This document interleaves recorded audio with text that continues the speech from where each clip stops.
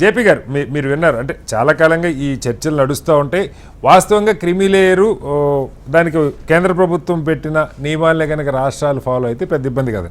చర్చే కాతే పత్రికల్లో వచ్చిన వాటి ఆధారంగా మనం చూస్తే క్రిమిలేయర్ ఓన్లీ ఓబీసీకి ఎందుకు ఉండాలి, ఇతర వర్గాలకు ఎందుకు ఉండకూడదు అన్నది ఒక ప్రశ్న లేవనెత్తినట్టుగా కనపడుతుంది. మరింత శాస్త్రీయంగా లోతుగా దాన్ని అమలు చేయాలని సుప్రీంకోర్టు కోరినట్టుగా ఒకటి. రెండవది ఓబీసీ గురించి ఇప్పుడే వారు చెప్పారు. గతంలో కాంగ్రెస్ హయాంలో ఓబీసీ పెట్టినప్పుడు ఆ ఓబీసీని కోర్టు ఆర్థిక వెనుకబాటుకి సంబంధించి రిజర్వేషన్ ఉండటానికి వీల్లేదని చెప్పి కోర్టు తీసేసింది. బట్ ఇప్పుడు గత కొన్నేళ్లుగా 5-6 ఏళ్లుగా ఈడబ్ల్యూఎస్ పేరుతో మళ్ళీ ఆర్థిక వెనుకబాటుకి రిజర్వేషన్ జనరల్ కేటగిరీలో ఉన్న వాళ్ళకి అది అమలు జరుగుతూ ఉంది. ఏంటి వీటన్నిటి మీద ఏమన్నా లోతుగా చర్చ జరిగే అవకాశం ఉందా, లేదా ఒక పర్టికులర్ కేసుకి సంబంధించిన అవసరంగానే చూడాలా? శ్రీనివాస్, ఈ కేసు వివరాలు పక్కన పెట్టేద్దాం. ఆ కేసులో కోర్టు ఏదో నిర్ణయం చేసుకుని మనకు దాని మీద చర్చ అవసరం లేదు. లాయర్లు చూసుకుంటారు, కోర్టు చూసుకుంటుంది. ఓకే. కానీ మౌలికంగా వెనుకబాటుతనం పుట్టుకతో వచ్చింది అనుకున్నప్పుడు వెనుకబాటుతనం ఉన్న వాళ్ళంతా సమానమేనా? ఉదాహరణకు బీసీలు ఉన్నారు, బీసీలో ఏబీసీడీ ఎందుకు పెట్టాము? మళ్ళీ మనం గుర్తించాం కొన్ని వర్గాల్లో వెనుకబడతనం ఎక్కువ ఉంది, వృత్తి కులాల్లో ఎక్కువ ఉన్నది, మరి కొన్ని కులాల్లో కొంచెం తక్కువ ఉంది. అలాగే దళితుల్లో మనం ఎస్సీ వర్గీకరణ మాలా మాదిగా మిగతా కులాలు ఎందుకు ఏర్పాటు చేశాం? మళ్ళీ దానిలో కూడా అసమానతలను గుర్తించాం.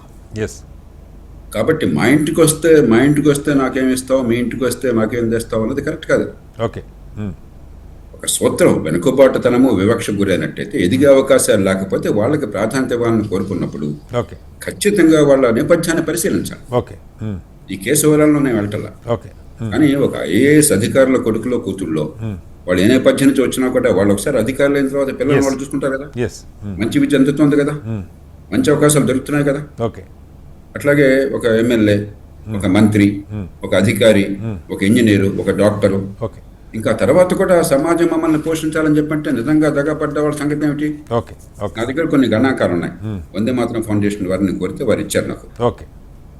వరంగల్ ఎన్ఐటీలో 6,500 మంది అక్కడ విద్యార్థులుంటే కేవలం 12 మంది గవర్నమెంట్ స్కూళ్లలో, మామూలు గవర్నమెంట్ స్కూళ్లలో చదువుకున్న వాళ్ళట. అంటే రెసిడెన్షియల్ స్కూల్స్, నవోదయ విద్యాలయాలు తీసేయండి, ఏమైనా ఉన్నాయో నాకు తెలియదు. మామూలు గవర్నమెంట్ స్కూల్లో చదువుకున్న వాళ్ళు కేవలం 12 మంది. ఐఐటి హైదరాబాద్లో 6,500 మందిలో కేవలం 8 ఇలా అన్ని చోట్ల ఇంతే. అంటే 10-15 మంది ఉన్నారు 6,500.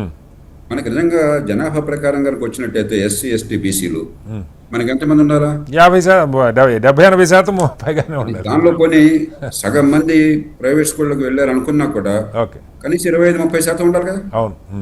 ఎక్కడున్నారు? అంటే మన రిజర్వేషన్ పేరుతో ఫలితాలు ఎవరికి వస్తున్నాయి?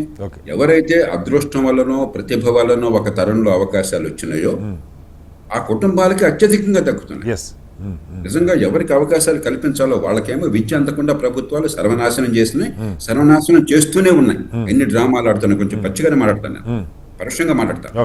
ఎన్ని డ్రామాలు ఆడినా కూడా మంచి విద్య కోసం ఏర్పాటు జరగట్లేదు, మాటలు బేరాలు పలకటం తప్పితే ఈ దేశంలో పుట్టిన ప్రతి బిడ్డకి మంచి ప్రమాణాల విద్య దేవుడిచ్చిన తెలుగు తగ్గట్టుగానే మనం అందించట్లేదు. ఇంటి పక్కన రిజర్వేషన్ల వల్ల ఏమన్నా కొన్ని వర్గాలకన్నా ఫలితం దొరుకుతుంది అనుకుంటే దానిలో ఒకసారి లాభం పొందిన సంపన్న వర్గాలకు మాత్రమే మళ్ళీ ప్రభుత్వ ఉద్యోగం ఉంటే, వృత్తి ఉంటే, వ్యాపారం ఉంటే, ఆదాయం ఉంటే వాళ్ళకి మాత్రమే. ఇది ఎలా కొనసాగుతుంది? కాబట్టి రిజర్వేషన్లని క్రమబద్ధీకరించాలి, హేతుబద్ధీకరించాలి. కానీ నిజమైన పరిష్కారం దీర్ఘకాలంలో ఉన్నది మనం పాఠశాల విద్యను బాగు చేయాలి. ఏ కులంలో, ఏ కుటుంబంలో పుట్టినా కూడా ఎదిగే అవకాశాలు ఇవ్వాలి. తర్వాత ఈ దీనిలో కూడా క్రీమీ లేయర్ ఇంతకుముందు చర్చించినట్టుగా క్రీమీ లేయర్ కాన్సెప్ట్ ఏదో ఆదాయం పెట్టారు. మన అందరికీ తెలుసు ఆదాయం పనులు ఆదాయంలో పరిమితం అవుతుందో, సర్టిఫికేట్ అట్లా ఉంటాయో.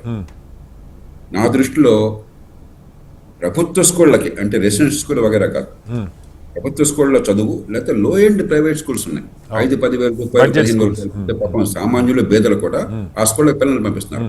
అక్కడ నిజమైనటువంటి వెనుకబాటుతనం పేదరికం ఉన్నది, అక్కడ ప్రతివేక్షించే అవకాశాలు ఉంటాయి. కాబట్టి దీన్ని చిత్తశుద్ధితో మధ్యతరగతి వర్గాలని మన పిల్లల కోసం మనం నానాదంటాలు పడుతున్నాం. మన పిల్లలకి ప్రైవేట్ స్కూళ్ళు కావాలి, లక్షల రూపాయలతో మన ఫీజులు కట్టాలి, రకరకాలు చేసుకుంటున్నాం. సరే, ఎవరి స్వేచ్ఛ వాళ్ళది, ఎవరి డబ్బు వాళ్ళది. కానీ అవకాశం లేని పిల్లలకి అవకాశాలు అందించే ప్రయత్నం చేయకపోతే రిజర్వేషన్లు అన్నవి మనం బూటకం అవుతుంది, సామాన్య ప్రజల్ని మోసం చేయడం. అంటే దీని మీద ఒక చర్చ జరుగుతుంది జేపీ గారు. అంటే ఇది రైట్ ఆ రాంగ్ నేను దానిలోకి వెళ్ళట్లేదు, కానీ ఓబీసీ మీద ఇప్పుడు కుమారస్వామి గారు కూడా అదే అన్నారు. ఓబీసీల మీదే ఇది ఎందుకు, మిగతా వర్గాల్లో ఇది ఎందుకు పెట్టరు, అసలు వెనకబాటు అంటరానితనం లేదు వివక్షకు గురైన వాళ్ళు అన్న వాళ్ళకేమో మీరు క్రిమిలేయర్ పెడతా ఉన్నారు. అసలు ఆర్థిక వెనుకబాటుకి రాజ్యాంగంలో ఎక్కడా స్థానం లేదు. అలాంటిది ఆర్థిక వెనుకబాటు ఆధారంగా ఈడబ్ల్యూఎస్ పేరుతో 10% రిజర్వేషన్ ఒక క్లాష్ నడుస్తూ ఉంది. ఏంటి అంటే మరి నిజంగా రాజ్యాంగం ఆ రోజు రాసుకున్న రోజు రిజర్వేషన్లు పెట్టుకున్నప్పుడు ఈ ఆర్థిక వెనుకబాటుకి రిజర్వేషన్ ఇవ్వాలి. మీరు గతంలో చెప్పేవాళ్ళు నాకు బాగా గుర్తు, 10% వెయిటేజ్ ఇవ్వాలి, గ్రామీణ ప్రాంతం, తెలుగు మీడియం, అలాగే తల్లిదండ్రుల నిరక్షరాస్యులు, ఇలా పేదరికం, వీటికి వెయిటేజ్ ఇవ్వచ్చు కానీ రిజర్వేషన్లు కరెక్ట్ కాదని మీరు చాలా సందర్భాల్లో చెప్పేవాళ్ళు. బట్ ఇవాళ అక్కర్లేదు మా దృష్టిలో. కానీ ఇప్పుడు మళ్ళీ ఒకసారి మౌనంలో కడదాం. ఎందుకని డాక్టర్ అంబేద్కర్ 10 ఏళ్ల పాటు ఎందుకన్నారు? ఇది శాశ్వత పరిష్కారంగా ఆయన ఏనాడు అనుకోవాలి, రాజ్యాంగ నమ్మకం అనుకోవాలి. మన సమాజం చేస్తున్న అన్యాయం వల్ల, చేసిన అన్యాయం గతంలో, ఇంకా చేస్తున్న అన్యాయం వల్ల పుట్టుక వల్ల ఎదిగే అవకాశాలు లేకుండా చేస్తున్నాం. అంటే ఏంటి? మంచి ప్రమాణాలు ఇచ్చి అందట్లో అప్పటికిప్పటికి కూడా. ఆనాడు సంకల్పం ఏంటి రాజ్యాంగ నిర్మాతలది?